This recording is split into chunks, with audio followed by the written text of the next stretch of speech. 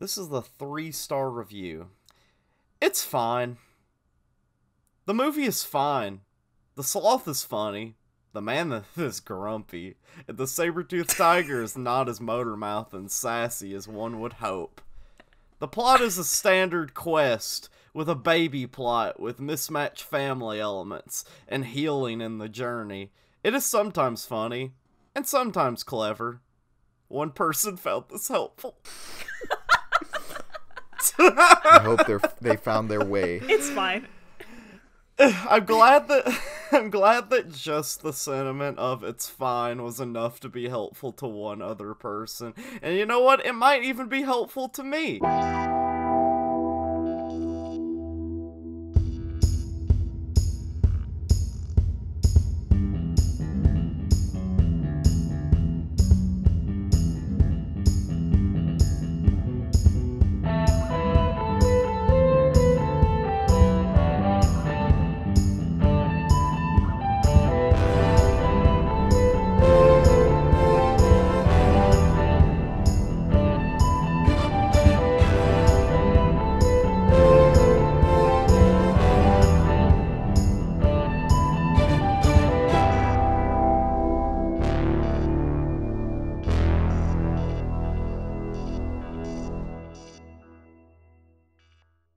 Climate. Ever-changing. We, as scientists of a sort, researchers, we must endeavor to make the world a better place. Why not by studying a movie about climate? Ice Age. Not really about the climate. It's about funny prehistoric animals. But hey... Yeah, this is kind of like the mother of all talking animal movies, right? Like, this is historically historically it is the mother. It's the great grandmother of all of these talking animal movies, I'd say. Get it? Because they're like ancient times, you know? Yeah. Because they're like from the Ice Age. Get it? Get from it's like the Ice Age, you know? All the classic characters that I'm sure most people listening know. We have Sid, the sloth, destined to die. We have Manny, and we have, our saber-toothed friend, Diego. I do remember, because he wasn't as sassy as he should have been. I remember. I feel like, you know, we're pretty much connoisseurs of the talking animal genre. And I feel like we're like archaeologists, like dusting away the like dirt and looking at these fossils of these prehistoric talking animals, and how that just like lays the groundwork, the societies that are being built in this Ice Age, or beginning of. I don't know the scientific term.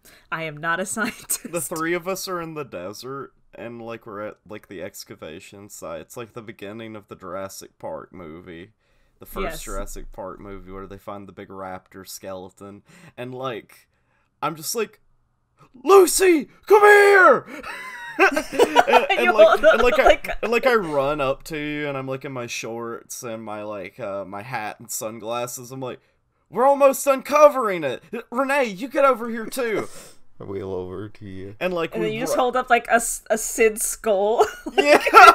Hold up a disgusting Sid the Sloth skull, and I'm just like, this is it.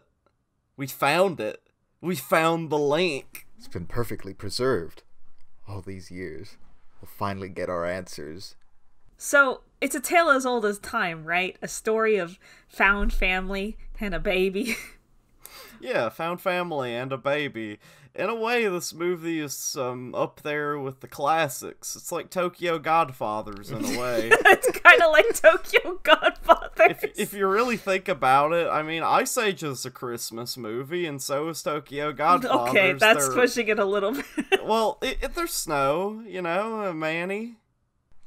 Anyway, I want to make mention of the idea that this movie, it is the first of its pedigree. You know, we'll see as we go through the many other Ice Age movies that follow.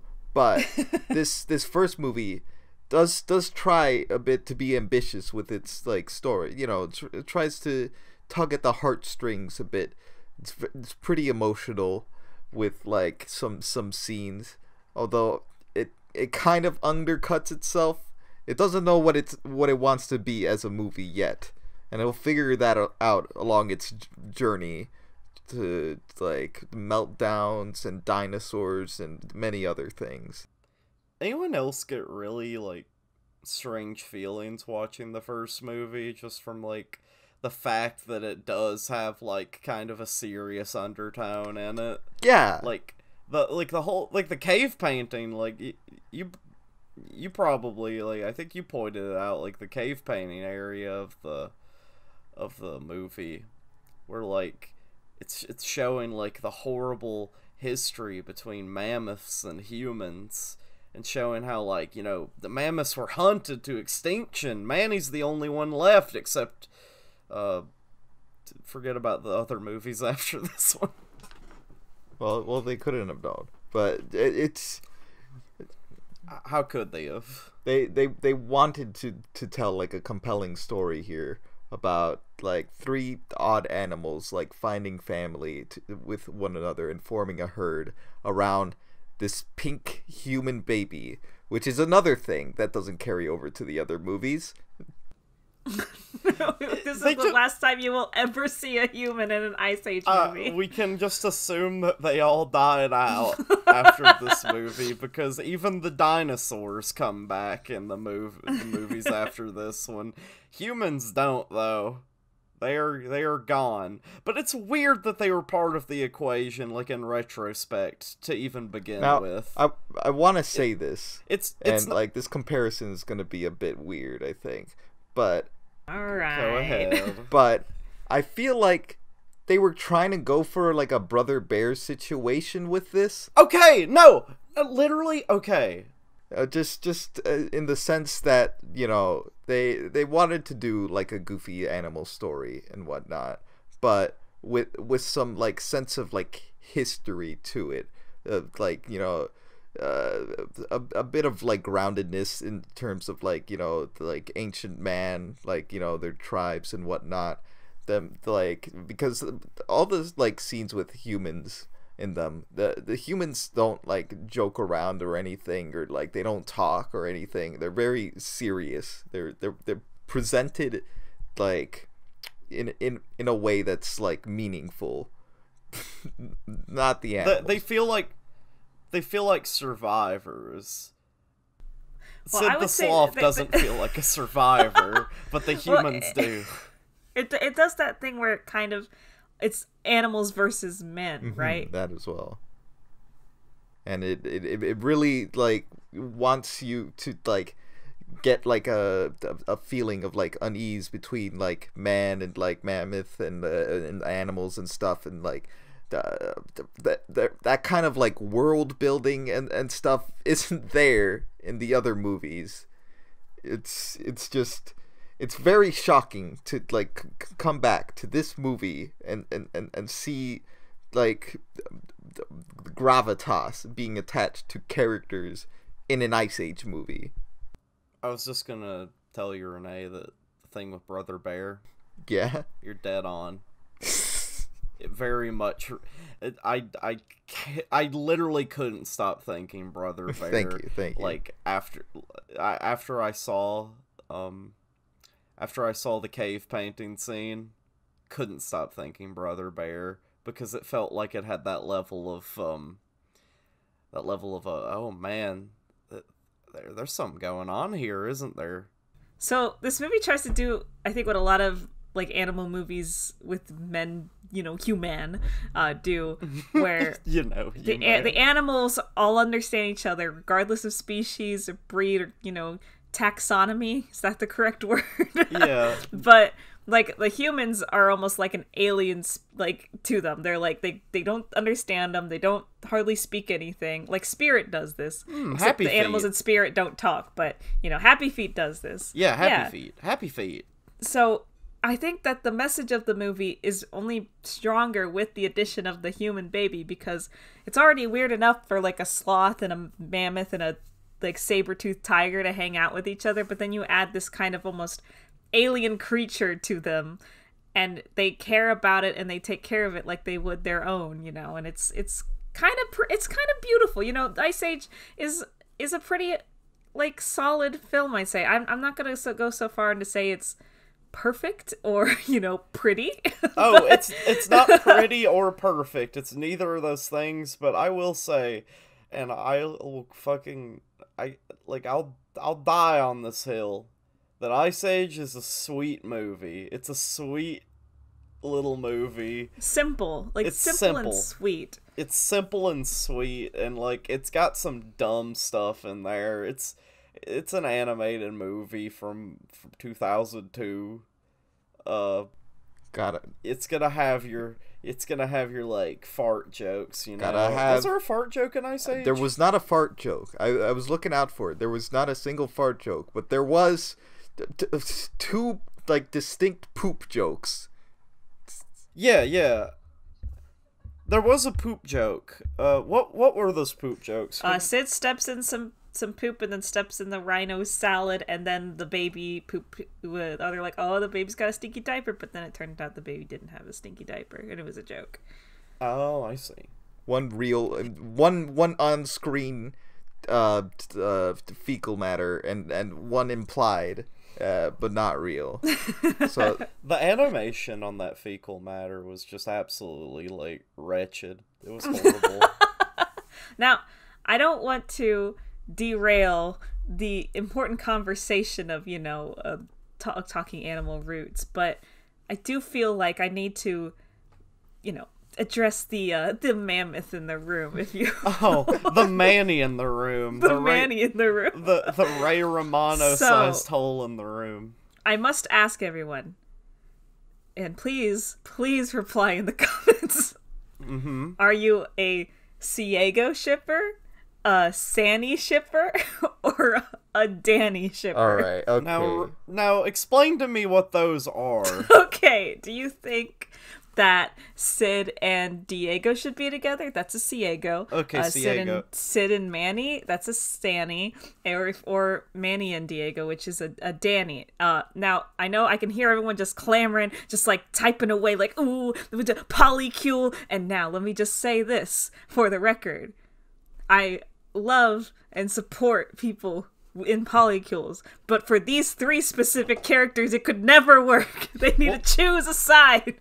Well, is there one of them? If there's one of them out of the three that could potentially be like the like if there were two people, two animals, two ancient creatures that didn't have chemistry with one another and they weren't going to be together, who would it be? It's kind of more difficult to figure out which one isn't good for each other. Rene, you've been awfully quiet. What Manny, do you think? Actually, wait, I figured it out. It's Manny and Sid. That's my answer. Those two are probably like, they can both be with Diego, but they will not go beyond or not Diego. Yeah, Diego. It's Diego. So wait, I'm confused on what you're suggesting. Are you saying that Manny could date Diego, I'm saying, and Sid could date Diego, but Manny and Sid couldn't date each other? Right. I think they could work in sort of like a not domestic partnership. Yeah, domestic partnership. I think Manny gets. So here's the thing. I keep getting their fucking names mixed up, and it's like, you keep getting they're like incredibly iconic. They're very iconic characters, but listen, I always for my whole life I feel like I've always mixed up Ice Age characters. How? Sid the Sloth? How is the Manny the Mammoth? Diego the what? What is he? See, if you think Diego, like if you think what is he? if you no, I know what he is, but if you say Diego first in your head, you're like, Diego, is that the And like you're not thinking about the mammoth, you're not thinking about Sid the Sloth, you're not thinking about any fucking like any sort of cute little naming conventions that they did for the other two. Diego is just Diego, and he's a saber-toothed cat. How am I supposed to like remember that? Well, another How? Another name they go by is Smilodon. So Diego the Don hyphen apostrophe. So like it's like I'm not. a little. Cute I'm not little saying name. that what I'm. Diego the Don, the So Smilodon. yeah, are you? Well, you see, I know now. Okay. I'm smarter now. So what team y'all on? I'm waiting for Endgame here. I know I said like a different thing while we were watching this, but I'm waiting for the potential in Ice Age 3 when the weasel is introduced. You're not gonna be ready for that. There's a weasel? Yeah, he's the one in charge of the dinosaurs, right? Oh, the weasel, huh? Dinosaur ruler. I forget his name. Well, anyway, I just want to plant my flag firmly in the Diego Manny team. I agree. I will admit that's the only correct they answer. like their like arc in the movie of like the distrust, the liar revealed situation where Diego was leading the herd into an ambush by his other Smilodon brothers. He eventually betrayed his pack and like to save his newfound family herd, his new pack. People who actually treat him well. I mean, I gotta be honest here. I don't know if this was like a good deal for Diego, because one, he's a meat eater, and of course we never see like the situation of him eating meat in any of these movies. I don't think. Fish. He eats fish. Maybe he eats fish, but he's a big kitty.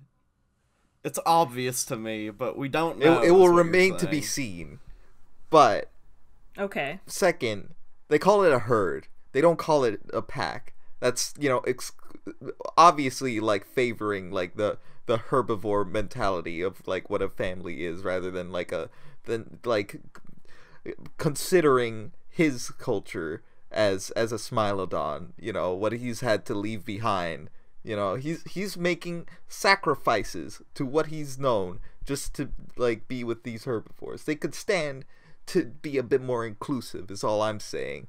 You know what? They're not good for either of them. Are not good for him. I'm putting my foot on the ground. That like weasel in the third movie, he's gonna be the one for Diego. I know it. I'm glad that you know that this is going to happen, and they're not all just going to get girlfriends. Well, there's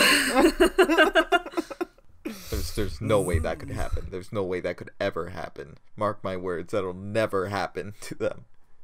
Yeah, it doesn't make sense like for that to happen. First of all, because like they've brought up so much chemistry with these three characters to begin with, and like they gave the human to the like, they gave the human to the herd of humans.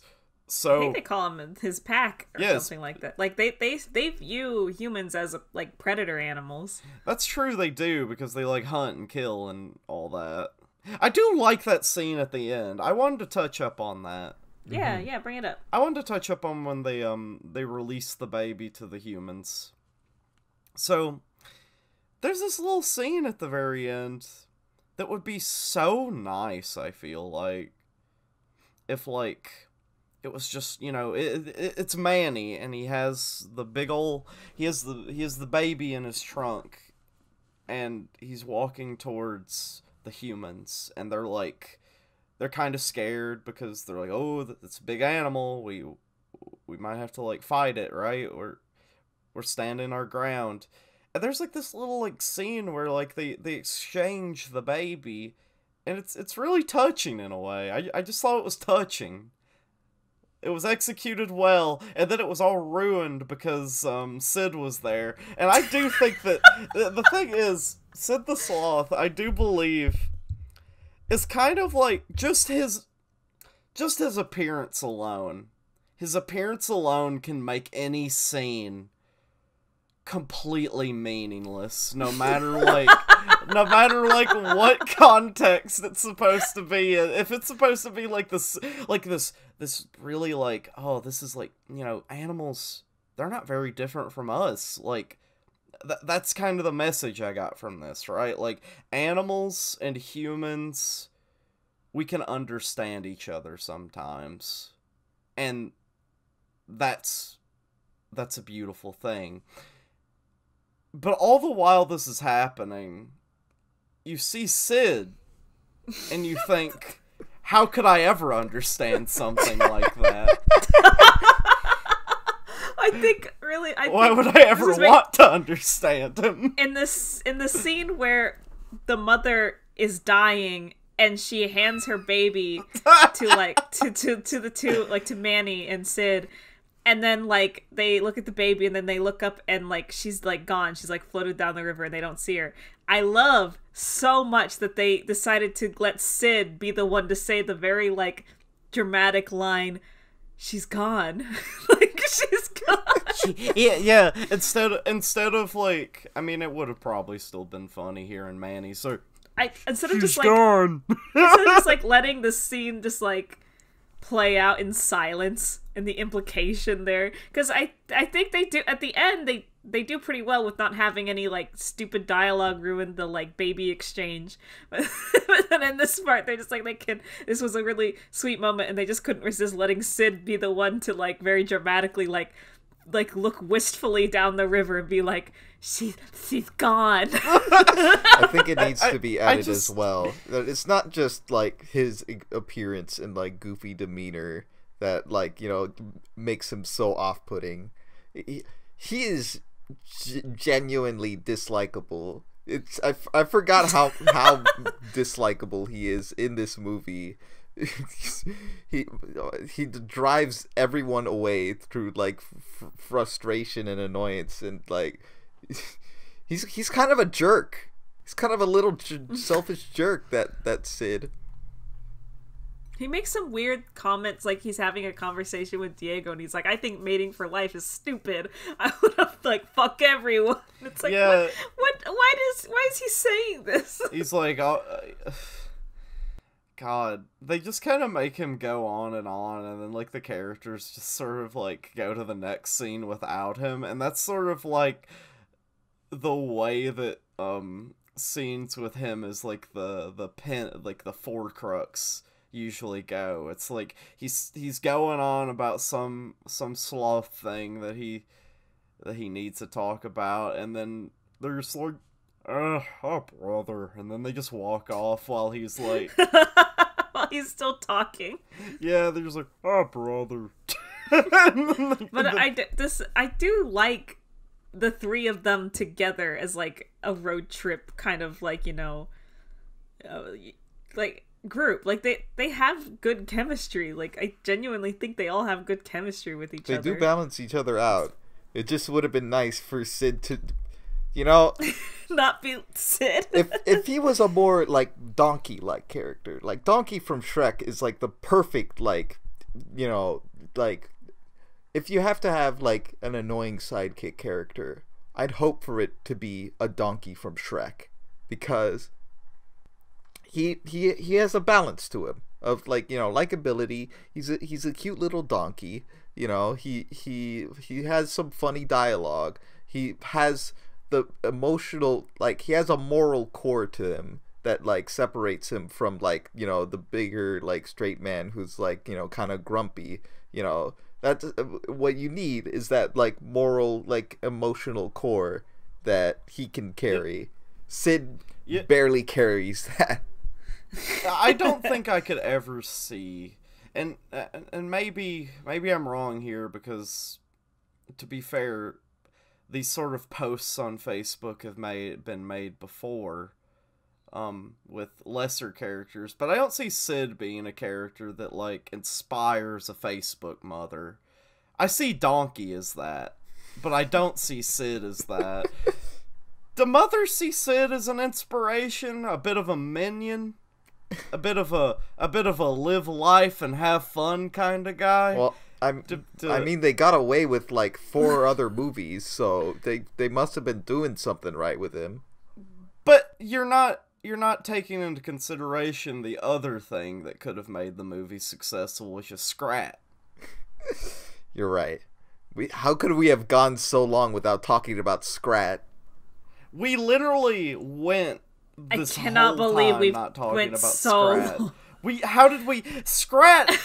I'm so much okay. We don't have that much longer. I feel like, but I gotta get some stuff off my chest about Scrat. I wish Scrat was part of the crew, or at least I did when I was a youngin'. I don't know if I do now. Scrat actually did interact with them a lot more than I remembered. It's definitely a weird thing because Scrat is definitely their like, you know, funny like little minion animal before like minions like were even a glimmer in anyone's eye, or like the archetype wasn't really cemented in movies.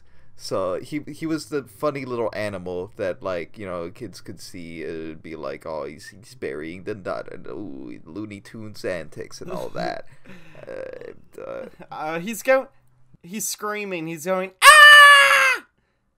I thought the movie was going to be about Scrat because of the trailers. You would think like he would be part of the main cast, like somewhat, like at least as like a nuisance or something.